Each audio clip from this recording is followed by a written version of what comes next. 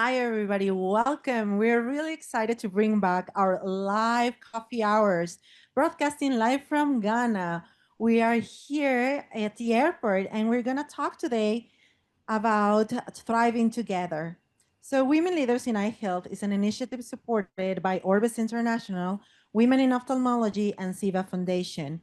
We work to uplift eye health professionals around the globe. We are excited about today's engaging topic and our incredible Ghanaian panelists. Coffee hours are spaces to listen, learn, and to support one another and foster connection and growth. I'm Dr. Maria Montero. I'm the Associate Director of Clinical Services for the Flying Eye Hospital. I'm from Mexico. I'm an ophthalmologist and an anterior segment specialist. Next slide, please. I would like to welcome Dr. Tagoe. I'm Naamuah, an alumnus of University of Ghana Medical School. I'm a consultant ophthalmologist at Korle Teaching Hospital. I'm a neuro-ophthalmologist and glaucoma specialist, and I teach both undergraduate and postgraduate level. I have research interest in glaucoma with a number of publications to my credit.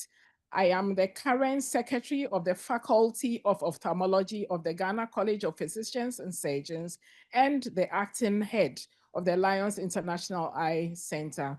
I'm grateful for the opportunity to be on this discussion. Thank you. Thank you so much, Dr. Tagoe. Next slide, please. Rosalind. Yes. My name is Rosalind Bakudie. I'm an ophthalmic practitioner and a nurse educator. I did my master's in administration and a fellow of Ghana College of Nursing and Midwifery. I am currently the principal of the ophthalmic nursing school. Thank you. I'm happy to be in this panel. Thank you so much, Rosalind, for being with us. Next slide, please.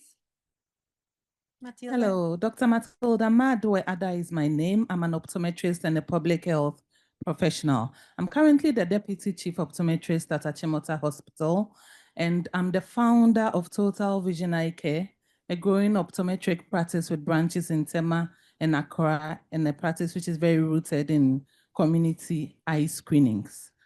I bring a well-rounded perspective to the eye care sector in Ghana through my roles in public service, private practice, and entrepreneurship. With a strong background in public health and a deep commitment to eliminating avoidable blindness, I actively partner stakeholders to extend quality eye care to underserved communities across Ghana through community screenings. Thanks for the opportunity. So I'm Dr. Abigail Nyako. I'm a fellow of the Ghana College of Physicians and Surgeons, a pediatric ophthalmologist working at the Konfanochi Teaching Hospital. I also help in teaching residents in ophthalmology as well as medical students. I have a deep interest in improving the eye care services to children across Ghana. Thank you for this opportunity. Thank you, Abigail. And last but not least, Cassandra. I'm Cassandra Bella, a community health nurse at the Adansi South District, near Dubiase Government Hospital, who offers primary health care eye services to people within the district, and we make possible referrals to the hospital for onward submissions. Thank you very much for this opportunity. Thank you, everybody. So our first topic for the day is going to be all about mentorship. My first question would be, how can mentorship programs be designed to specifically support women at different career stages, from being a student, your early career, and leadership? Maybe we can start us off with Rosalind. Yes, thank you. Mentorship programs are very important for women growth professionally. So I want to say that mentorship actually starts from the home, where our children, our kids look up to us as role models. And whatever you do, they want to imitate you. Okay.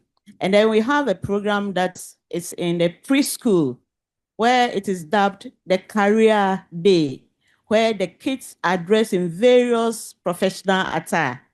Okay.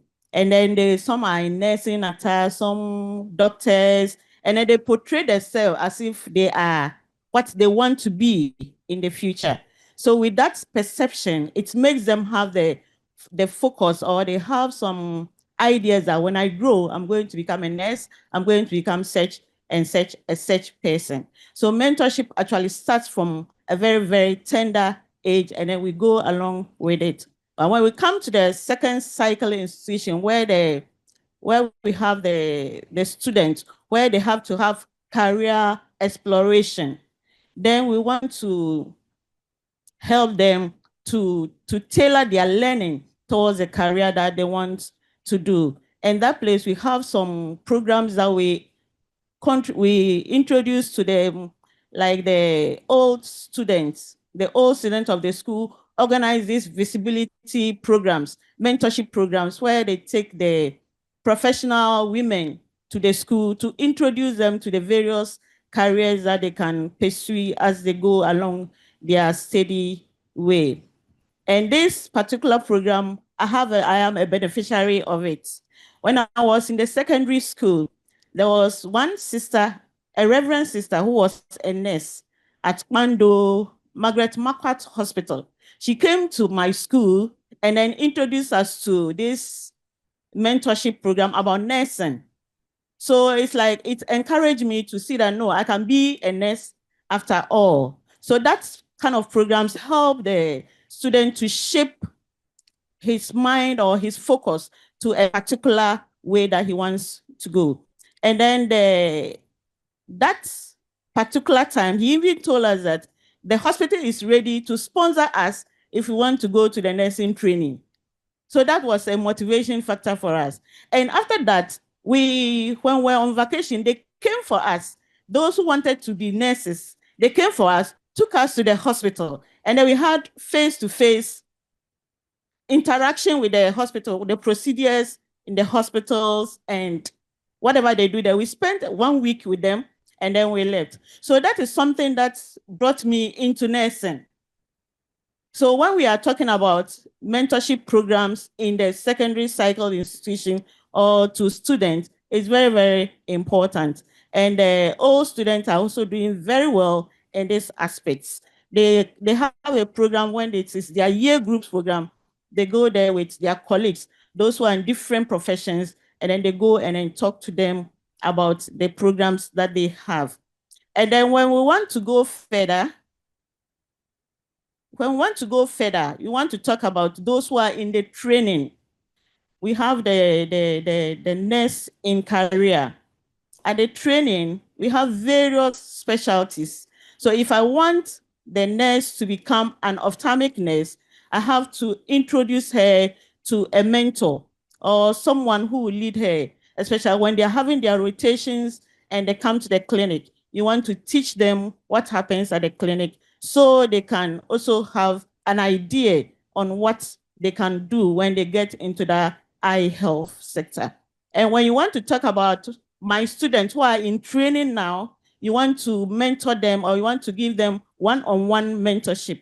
So you partner them with those in the clinics. We have the preceptors. So they will mentor them into how to go about their studies. So these programs are very, very important when it comes to mentorship and then leading in our various career areas. Great. Thank you so much, Rosaline. Abigail, maybe you want to add something to that? Sure, thank you. So to add on to what Ms. Rosaline just said, I think those steps are really important. So I'll just recount a story of how when we were in senior high school, so there were these classmates of mine who we knew wanted to do something else. Then we had the optometry students group visit us at school during their week celebration. And through that interaction with them, we had a number of students from my class who ended up becoming optometrists. And it was due to that encounter we had with that group. And so I think these measures are very effective ways that we can use to actually garner interest in girls at the very early stages to also, so because most of the time at that level in school, some have not even heard of what the various eye health cadres are. But then, so for example, during World Sight Day, during Glaucoma Week celebrations, we can use those opportunities to visit the schools and introduce the young students to these career opportunities that are available to them. And also, I would also encourage that as we try to do these school visitations, more female eye care workers go and meet these students, because if a lot of females are going and then the girls in the school are seeing that, oh, most of these eye care workers who came are females, then they know that, okay, that's something I can also do. Beyond the SHS, during nursing training, during medical school years, we can also try and get students to be interested in eye health services at the later stages of their lives, when they have to choose what specialties they branch into finally, by actually letting them know what the opportunities in eye care health provision are.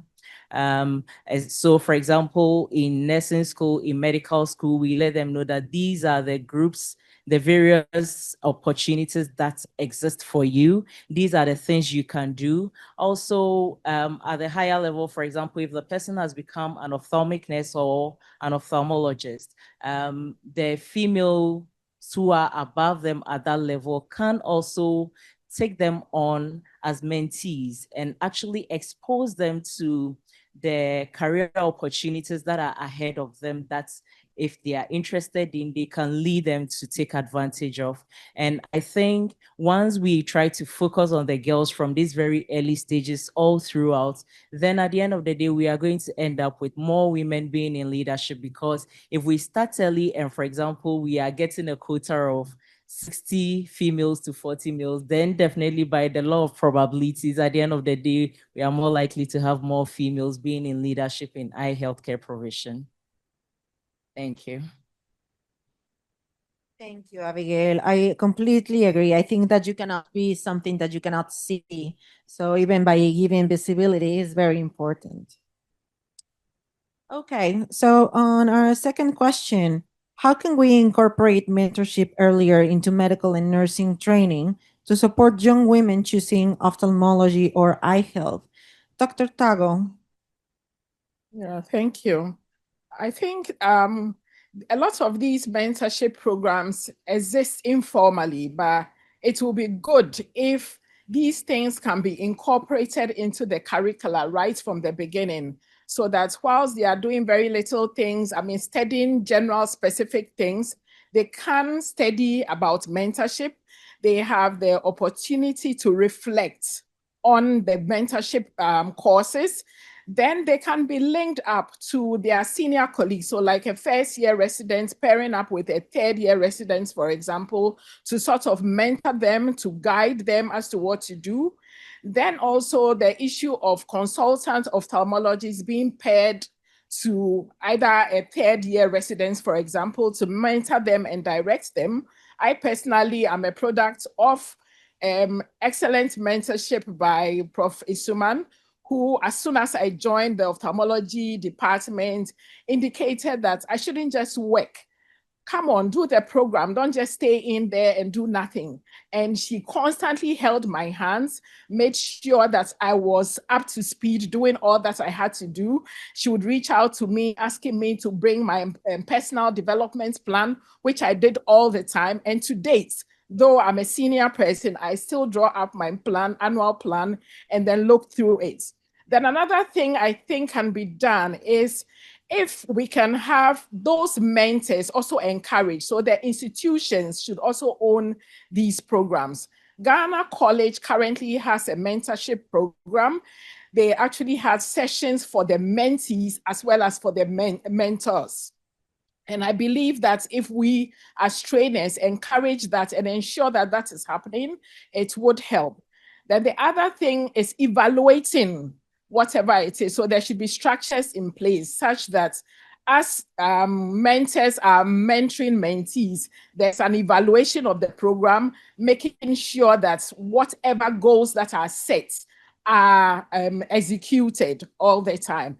And then the mentors and mentees probably should get awarded, for example, maybe given some award for excellent mentor-mentee relationship of the sort.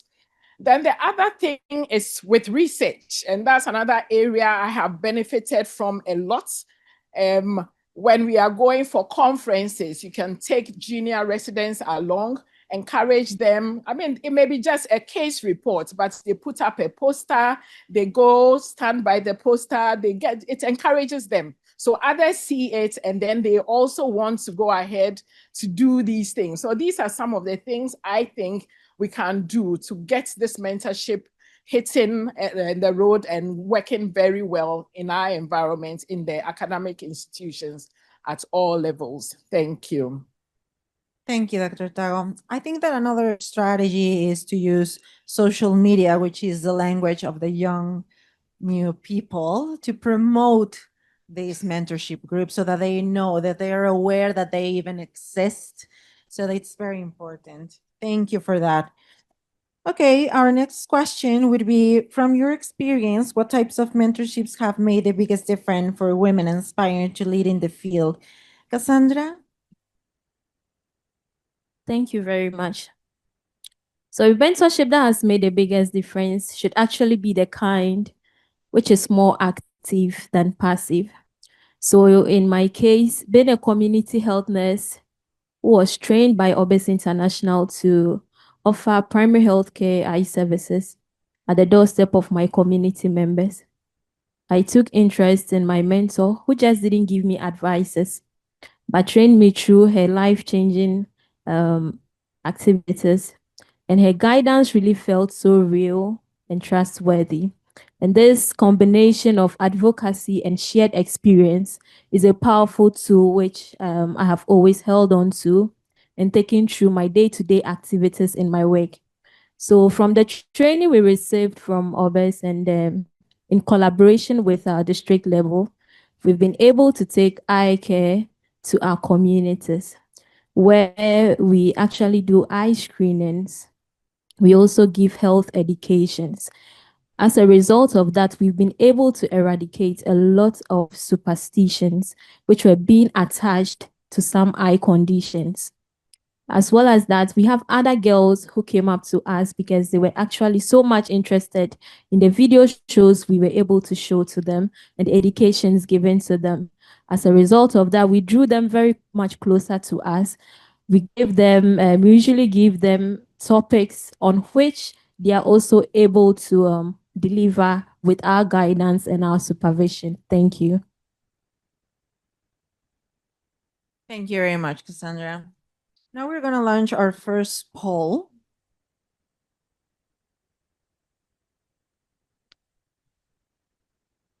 Excellent, lovely. So we're going to ask our attendees around the world to please help us with these poll questions. What has mentorship most helped you with in your career journey so far?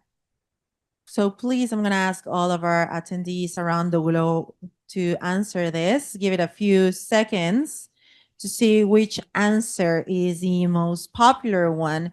For me, I would say expanding professional networks. I don't know, for the rest of the group, what do you guys think?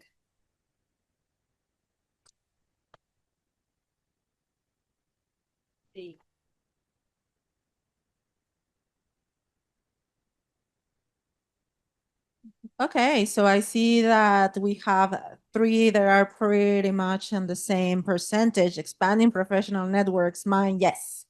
Building clinical or technical skills and gaining confidence. Thank you so much. So we're going to go in our second round, which is all about wellness. Our first question would be, what strategies can be used to prevent burnout and promote wellness amongst women in ophthalmology, especially considering the layered stresses of clinical care, mentorship, and leadership? Rosalind? Yes. So to talk about wellness, how to curtail the burnout in leadership, I will first of all want to talk about the personality, your personal, how resilient you are, and then how you take care of yourself. So we have what you say that you should take a break and then recharge your battery. You need to take good care of yourself. You need to know when to say no. Your no should be a no.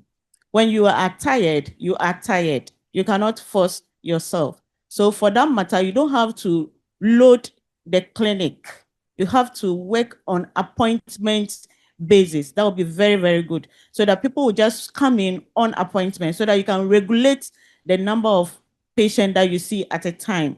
Unless, of course, it is emergencies. That one will also be another aspect. And then in the clinical areas too, you need more staff so that the workload will not be on one person. I want to talk about the personal aspect too. You need to have some breaks for yourself. You have to take your annual leave, go on your vacation, rest, refresh, and then come back.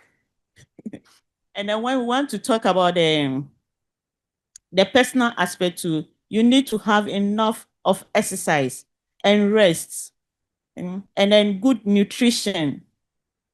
You need all that to be able to keep well with your, and then don't forget about your meditation and then learning. You need to learn to refresh your mind. It's not always that we have to go on social media and then be talking, but we have to give ourselves a break from everything, any other extra, anything. Just make yourself happy. You can travel on your own, go somewhere and rest, take enough rest, and then refresh yourself and then come back. It will help so much. Thank you. Thank you, Rosalind, for that.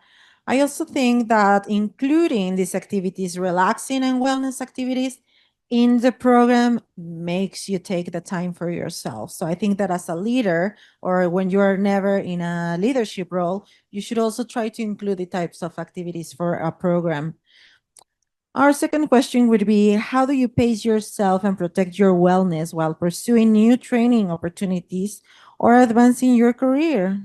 Dr. Tagoe? Thank you for that question. I believe first and foremost, you need to know yourself. You need to set goals and priorities, okay? So you know what you're doing first.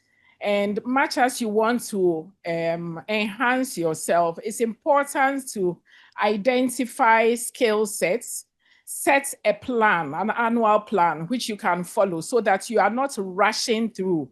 So you find time to rest. At the same time, you can rise by pursuing particular skill sets every time. Then it's important in all that, as Rosalind just said, to find time to rest. I'm very unapologetic about taking my naps in the afternoon because without that, I'm not really energized. Yes. So I do that. And then also to find time to reflect. I listen to music a lot. I love my Christian music. I like to read my word to encourage me and keep me energized. And then as you plan your life, whatever activities you need to study, you need to decide what you are going to do. Don't push yourself beyond what you are capable of. It's no race. You're not going to write an exam. So you take one step at a time. Then another thing is setting boundaries, because people tend to encroach on your time a lot. So you should be able to say no when it is, absolutely necessary to say no. And they tend to, I find people come in with last minute requests, expecting you to deliver maybe in a day or two. If that is the case with you, I'm personally not a last minute person. So, and lots of people who deal with me know that, as for you, I know that I'm coming too late. Are you going to do this? I say, no, I cannot handle it. So those boundaries are very important. And then support systems. You need to have an excellent support system. It may be family, it may be friends. Then there's a need to have to be effectively delegate when there's a need to. Yes. So as you build your leadership team, it's important to know what each person is able to do and execute so that you can delegate and not carry the entire load on your shoulders. And then that gives you ample time to do the other things that you would love to do, be it swimming, be it exercising, whatever it is. So I think that's the way to go when it comes to pursuing your dream and yet maintaining that balance. Thank you, Dr. Tagoe. Matilda, you want to add on to that?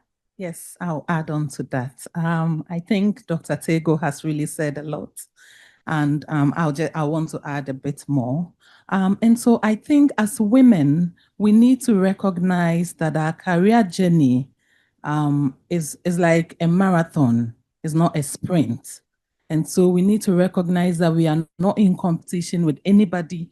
We need to recognize our priorities, and we also need to be aware that we cannot do everything at the same time, because we all identify that our needs are very unique as women. We are the primary caregivers. We have to take care of the family. We have to take care of the patients at work. And sometimes it can get overwhelming. And so I think it's very important that we recognize that first and foremost and know that we cannot do everything at the same time. Very important. And then we need to prioritize even our career journey. We need to set our goals. We need to set our boundaries. We need to know that sometimes it's fine to say no. Opportunities come in all, it comes all the time. But sometimes you should know that maybe that opportunity that came, the time is just not right. And so we should know when to put up the boundary, when to say no. We should also surround ourselves with our tribe, peer mentorship. So as mentors, we should also know that sometimes we also need to be mentored. We need to surround ourselves with friends and peers who can also encourage us. Sometimes when the journey gets tough or when it's getting a bit overwhelming, you need someone to just urge you on, to know that you can do it. We also need that. We need to recognize that. Also, we need to listen to our bodies. When you realize that you are getting fatigued, you are getting overwhelmed, you are getting, you just need to pause, you take stock, and then you prioritize. Very, very important. So I think that's what I want to add on, that we are not in a race with anybody. We all have our individual, our journeys are unique, and we need to recognize that. And we need to also, take a pause when we have to. Thank you very much for the opportunity. Thank you, Matilda. Okay, what does it take to lead with wellness in mind? Which leadership qualities help create healthier, more supportive work cultures? Sandra? So leading with wellness in mind means caring for those who care for others.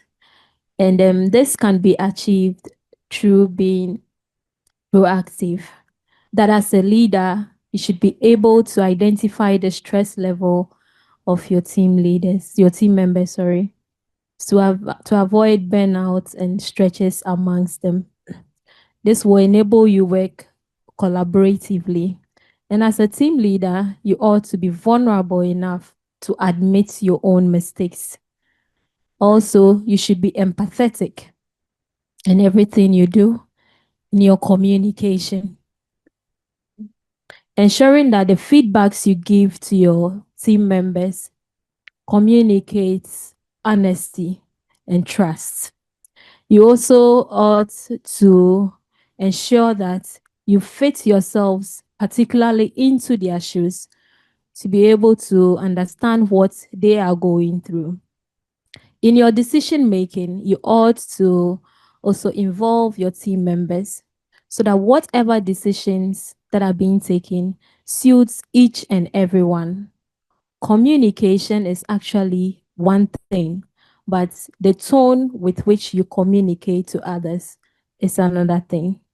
So since rest and recovery is very important to each and everyone, you don't force anyone to overly stretch themselves with activities, but rather you push for schedules that will fit the needs of each and everyone within your team.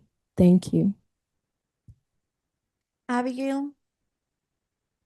So to add on to what Cassandra just mentioned, empathy, I think, is key in the sense that as you work with other members of the team and you are leading, you should be able to sense what they are going through and then come meet them at the point of their need. Yes, you are there to achieve a goal at work, but if the person is not psychologically in the right frame, then they are not going to be able to achieve what is expected of them. But then again, it's not just about achieving the goals of the team, but then the person at the end of the day being well enough to do that, so that they don't regret being in the team. So you should be empathetic. If you need to alter schedules for them to be able to do well, that I think you should be able to detect it, be emotionally intelligent enough to detect when you have to alter schedules for people. You should also be a safe space psychologically for your team members, in the sense that, for example, they may be going through a hard time with family back at home, which is affecting their productivity. You should be a safe space for them, such that they should be able to come and talk to you, not necessarily to solve that family problem, but then to be able to take a decision at work that helps them to overcome that challenge in the house, so that when they come to work, they are productive. Yes, thank you. Thank you, Abigail. I think that's very important. Now it's going to be time for our second poll, please. Okay, so we're going to ask our audience to answer what most supports your personal wellness while advancing your career or training. Please choose all that apply. For me, it would be, let's see, I think that supporting mentors or peers. What about you, Abigail? What do you think? Okay, so now for our third round, we're going to talk about gender equality and some action steps on this subject. So our first question would be, what simple everyday actions can make male colleagues taking meeting clinics or labs to actively amplify and credit women's contributions? Dr. Tagoe.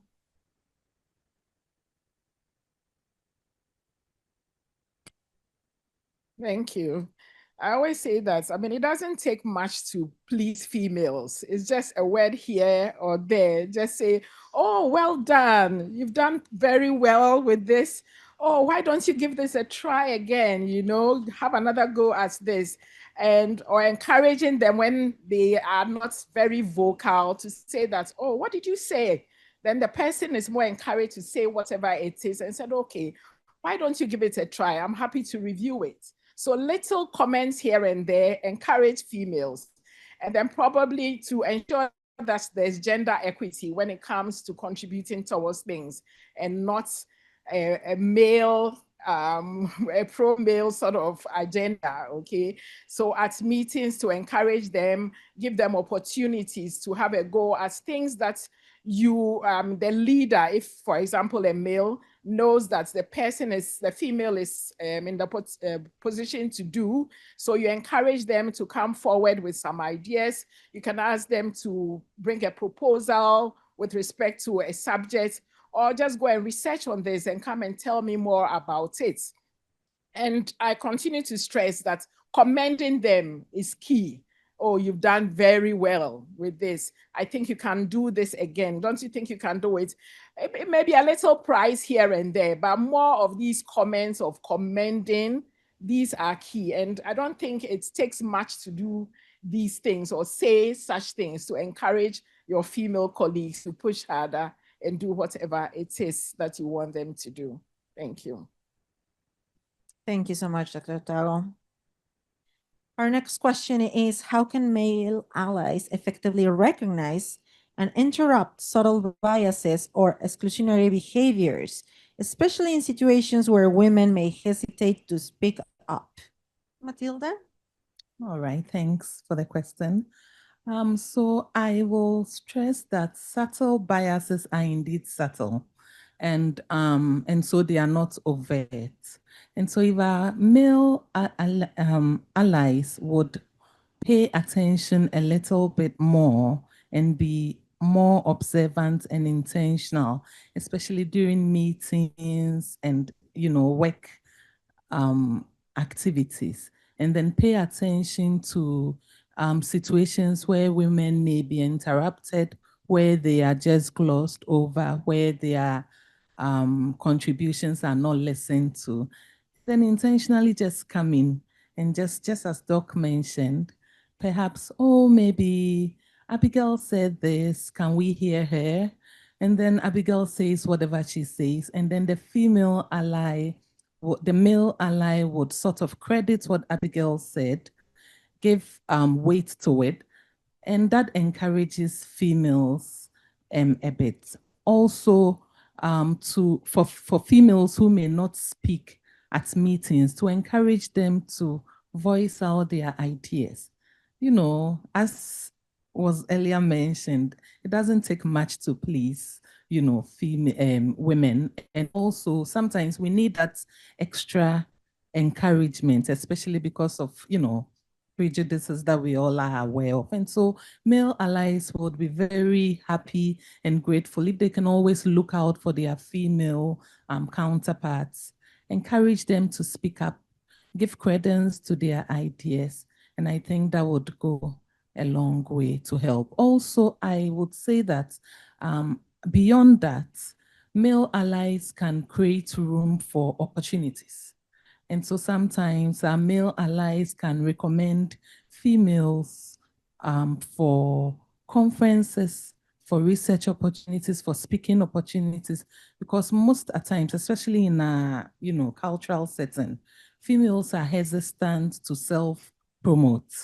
And so when our male allies come in to help push for that, it helps project their female counterparts. Another thing that I would like to also talk about is that sometimes the male allies or leadership can even do that privately when they realize that those interruptions are going on. They can, step aside private meetings and ask, do you think, your concerns were well taken across and all that? And once they do that, they give visibility to the female to be able to speak up. Their ideas are also taken on board. Finally, I think a male ally should speak up when there's situations where sometimes males will be like, oh, that female, she's too ambitious, she's too emotional, those kind of tags. They can come up and rather redirect those energies to the skills and the abilities that the female brings to the table and rather highlight on it. So I think that's what I wanted to say. Thank you for the opportunity. Thank you, Matilda. Now, our third question would be, in what ways can male leaders create a culture that normalizes and supports caregiving responsibilities, flexible work, and wellness practices that disproportionately impact women? Abigail? Thank you for the question. So in terms of that, how our male allies can encourage caregiving activities of women without letting that affect their work, their outputs, and also how they are perceived at work. I think if males also tend to normalize caregiving activities, for example, so if men make it obvious and clear to the whole team that, oh, see, today I'm the one taking my child to the child welfare clinic for their vaccinations, then it makes it less awkward and less difficult for females to come and ask for permission to come in late so that they can take their child to the child welfare clinic, right? If the man makes it clear that my wife is giving birth, I'm going to take a parental leave, then it makes it less difficult for females to ask for their full parental leave without also feeling like they are going to be punished for doing that. And also, if our male allies should make the focus of evaluation of females, the output and productivity.